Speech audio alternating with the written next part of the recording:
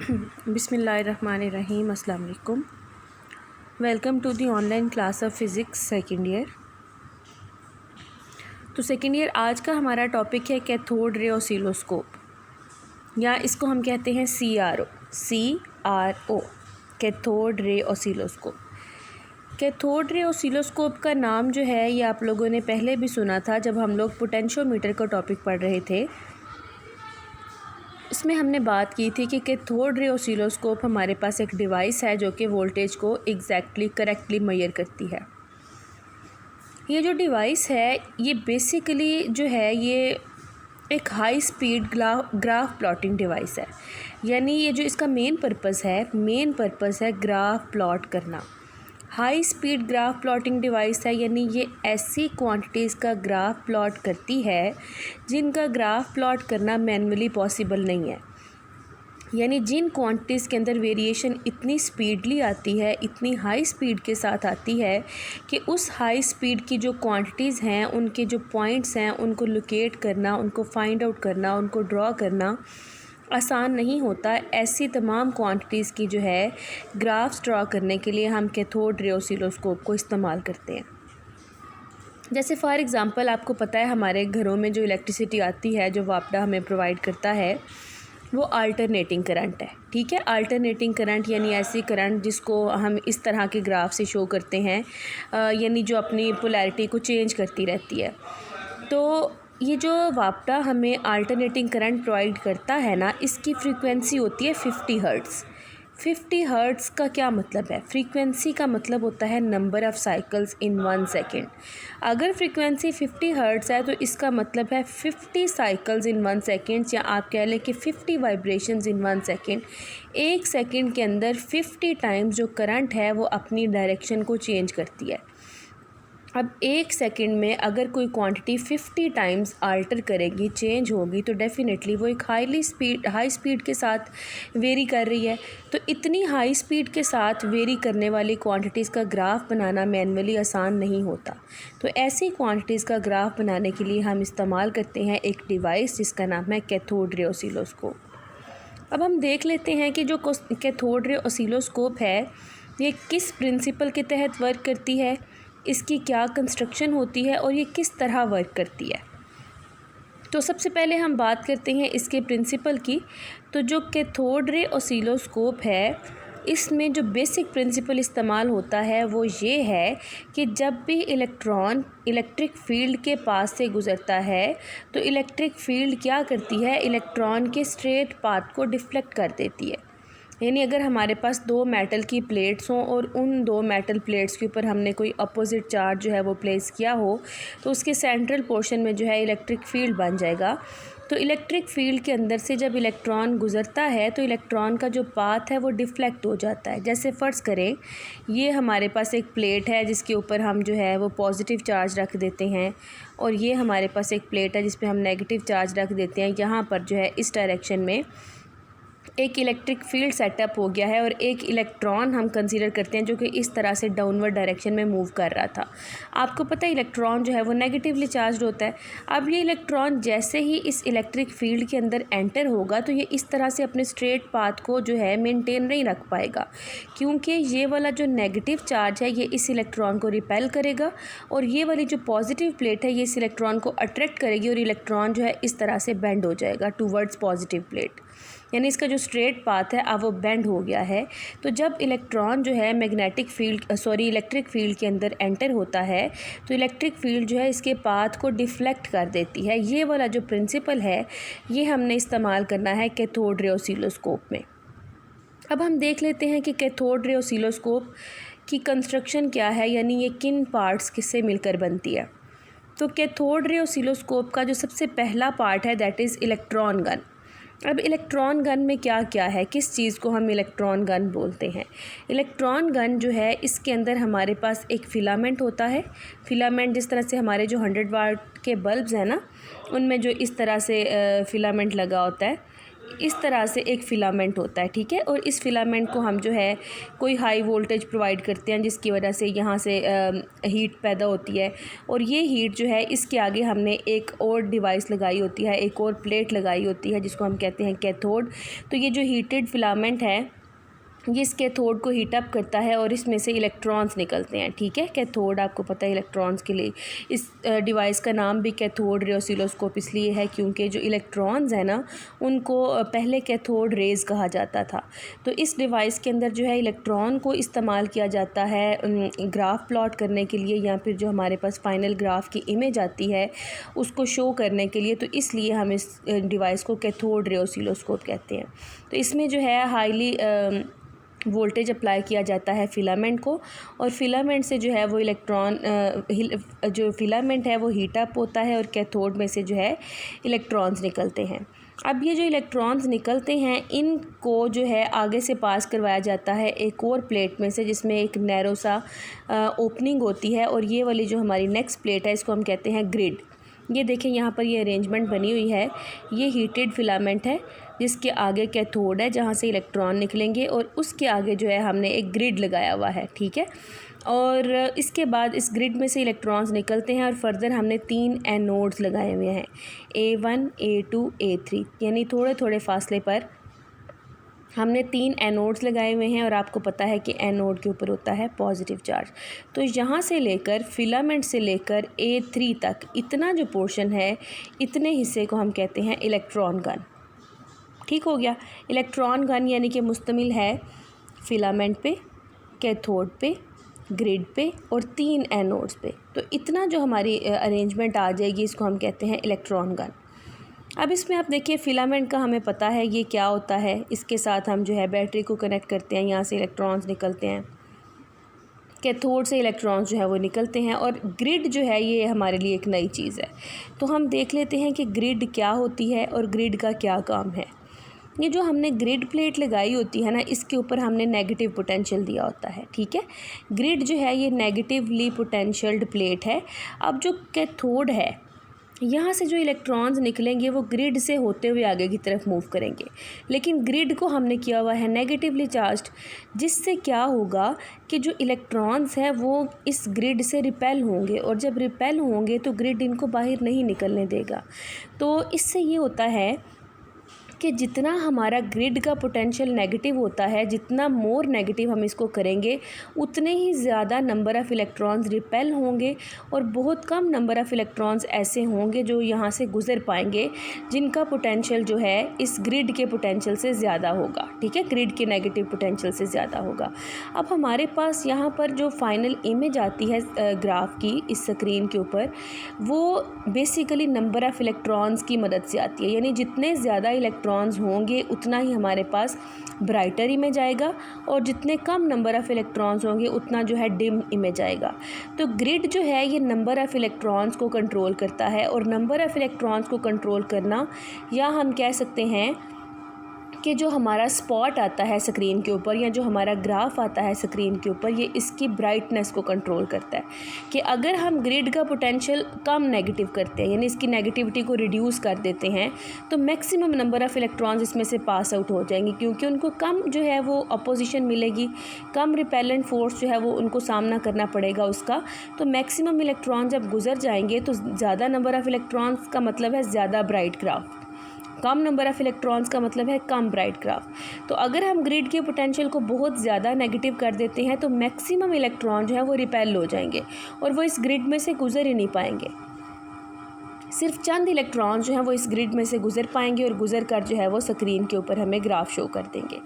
तो ग्रिड का हमें पता चल गया कि ग्रिड क्या है, ये नेगेटिवली पोटेंशियल्ड प्लेट है और ये कैथोड में से निकलने वाले इलेक्ट्रॉन्स की तादाद को कंट्रोल करती है, या फिर हम कह सकते हैं कि स्क्रीन के ऊपर जो हमारा ग्राफ बनता है उस ग्राफ की ब्राइटनेस को कंट्रोल करती है। ठीक हो गया। अब यहाँ से जो हमारे इलेक्ट्रॉन्स निकल रहे हैं ग्रिड से, वो आगे 3 एनोड्स में आ रहे हैं, A1 A2 A3, और ये तीनों एनोड हैं। एनोड का पोटेंशियल पॉजिटिव होता है, कैथोड का नेगेटिव होता है, और एनोड का जो है पॉजिटिव होता है। अब ये जो 3 एनोड्स हैं और ये थोड़े थोड़े डिस्टेंस पर यानी मामूली से फासले पर लगाए गए हैं, इनका काम है आने वाले इलेक्ट्रॉन्स को एक्सेलरेट करना। अब ये इलेक्ट्रॉन्स को किस तरह से एक्सेलरेट करते हैं, ये इनका जो पोटेंशियल है, पॉजिटिव पोटेंशियल, वो ग्रेजुअली इंक्रीज़ कर रहा है। यानी A3 का पॉजिटिव पोटेंशियल सबसे ज़्यादा होगा, A2 का उससे कम होगा और A1 का सबसे कम होगा। अब जो इलेक्ट्रॉन्स हैं जब A1 पोटेंशियल में से गुजरकर इस वाली स्पेस में आएंगे तो यहाँ पर कोई भी पोटेंशियल नहीं है, यहाँ पर एनोड नहीं है, तीनों एनोड जो हैं वो थोड़े थोड़े फासले पर हैं।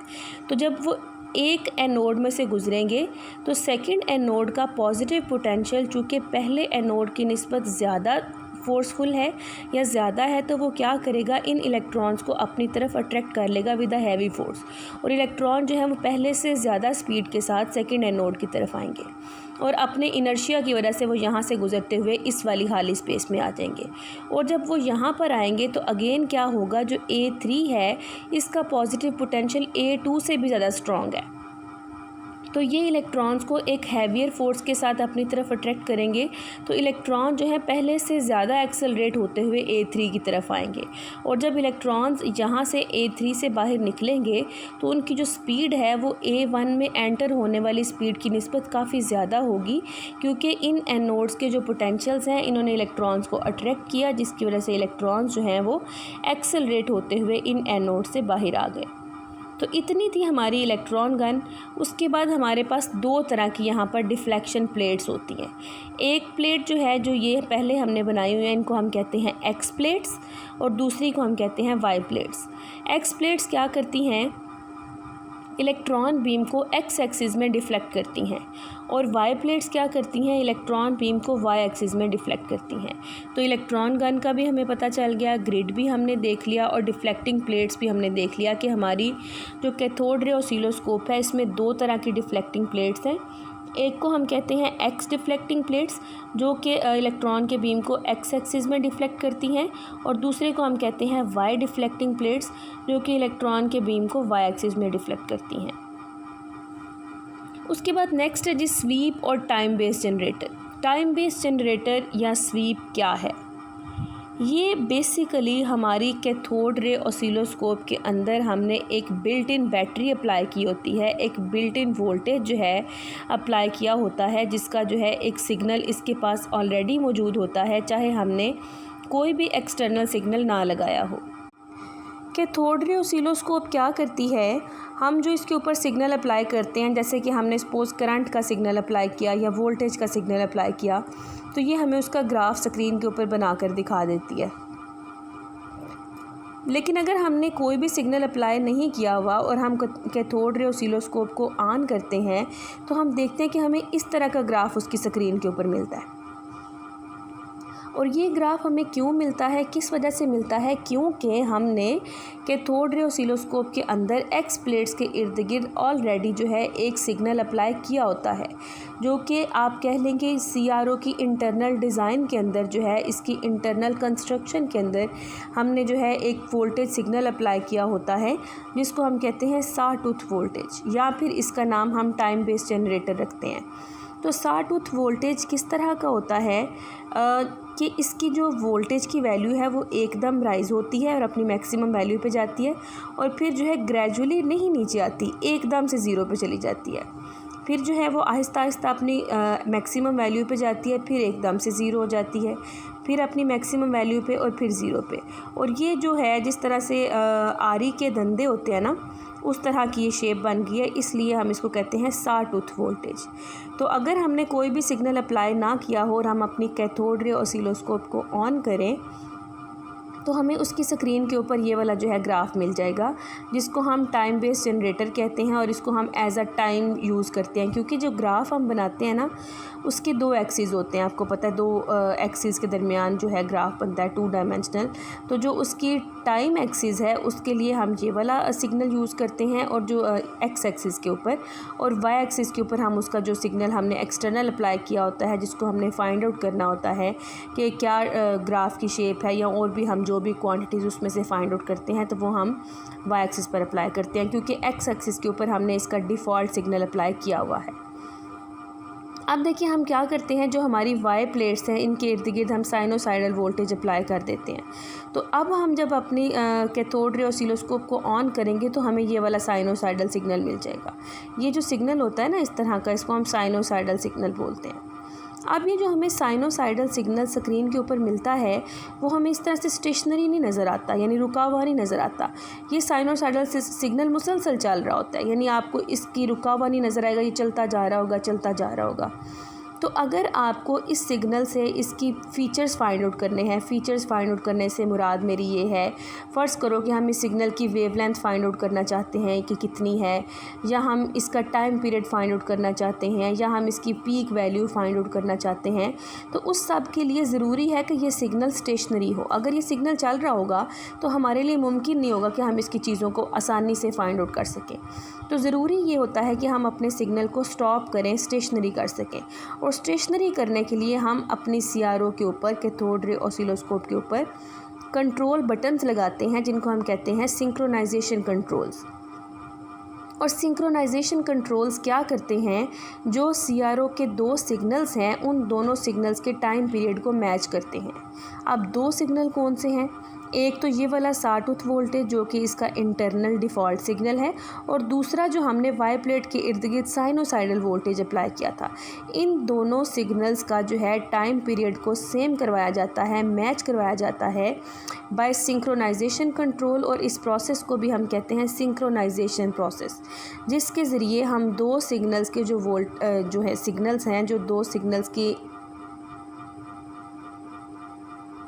टाइम पीरियड हैं उनको मैच करवाते हैं।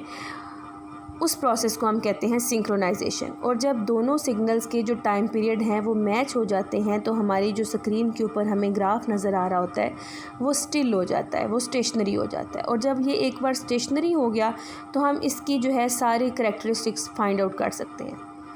सीआरओ को हम इस्तेमाल करते हैं इन कामों के लिए। सबसे पहला जो काम जिसके लिए हम सीआरओ को इस्तेमाल करते हैं that is display of wave form.